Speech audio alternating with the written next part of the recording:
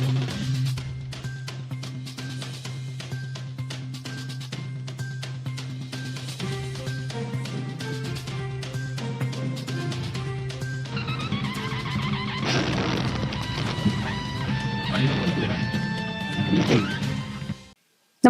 आपण पाहता हिरकणी न्यूज.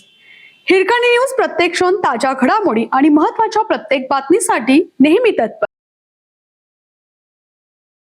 दूध भेसळ प्रकरण भडकवण्याचा डाव, देवदत्त निकम यांच्यावरचे आरोप समर्थकांनी फेटाळले.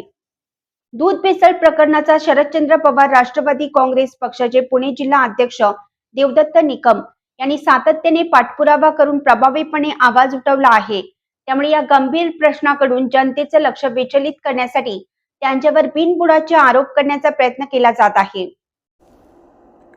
दूध भेसळीचा मुद्दा डायव्हर्ट करण्याचा डाव आहे, असं शरदचंद्र पवार राष्ट्रवादी काँग्रेस पक्षाचे आंबेगाव तालुका युवक अध्यक्ष गणेश यादव यांनी सांगितलं. येथे झालेल्या पत्रकार परिषदेत यादव बोलत होते. यावेळी शरदचंद्र पवार राष्ट्रवादी काँग्रेस पक्षाचे आंबेगाव तालुका युवक अध्यक्ष विशाल वाबळे हे उपस्थित होते. विधानसभा निवडणुकीनंतर 5.5 एकर शेतजमीन निकम यांनी खरेदी केल्याचा आरोप करत या प्रकरणाची आयकर विभागाकडे तक्रार करणार असल्याचे बांगर यांनी जाहीर केलं होतं. या आरोपांना निकम यांच्या समर्थकांनी पत्रकार परिषद घेऊन प्रत्युत्तर दिलं.